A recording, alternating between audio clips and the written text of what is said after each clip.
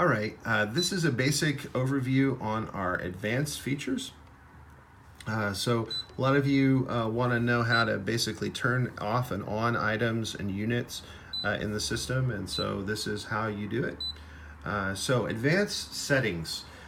This is basically if you want to configure the unit to the way you want the unit to work. So there's a lot of different things that allows you to be able to do that. So we're just going to go over a couple of them. Now keep in mind every unit's different, so there may be some settings on there that may necessarily not be the same for your unit. So we have waypoints, which is allow a duplicate waypoint name. So if we go ahead and allow the duplicate waypoint name there to be available, then we can allow duplicate name waypoint or not.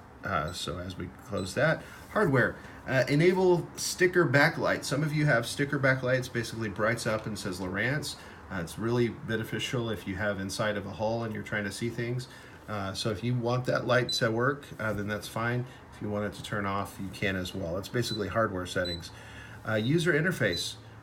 If you want slider hold off, basically the period to wait for another slider adjustment before the action occurs. If that slider's not working well for you, you definitely want to adjust that just a little bit. Auto hide menu. A lot of people like to not see the menu on the screen and see full sonar on screen. You can auto hide or what have you. Geofence unlock code. If you are a person who lives in the United States who is going to another location, sometimes we'll ask you to turn that on.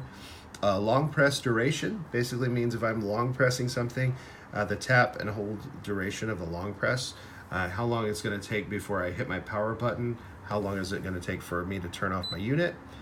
So that's something to keep in mind. And then of course we got cursor things, so if you want to change that cursor stuff, feel free to do so. So that is basically user interface.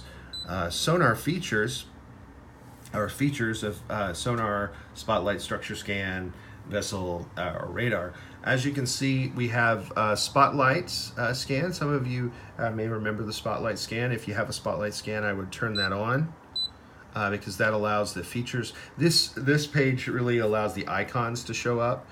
So if we have structure scan 3D or what have you, we want to turn those on. A lot of times they're turned on automatically, but let's say we're using this in an all-terrain vehicle and we don't want the sonar. We can turn our sonar off. That just turns the sonar off and allows it to do it. Let's say we don't use radar, don't need it. We turn that off.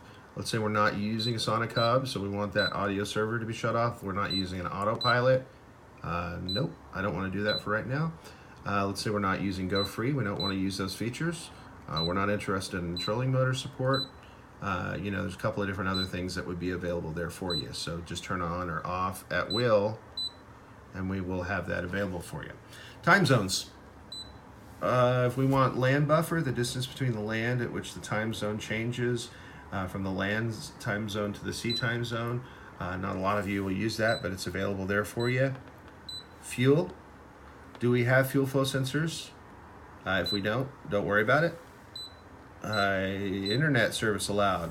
Do we want the internet to work in our units? Are we going to be using the internet, or are we going to be using other stuff? So we may want to turn off the internet. If we do that there, it would turn off.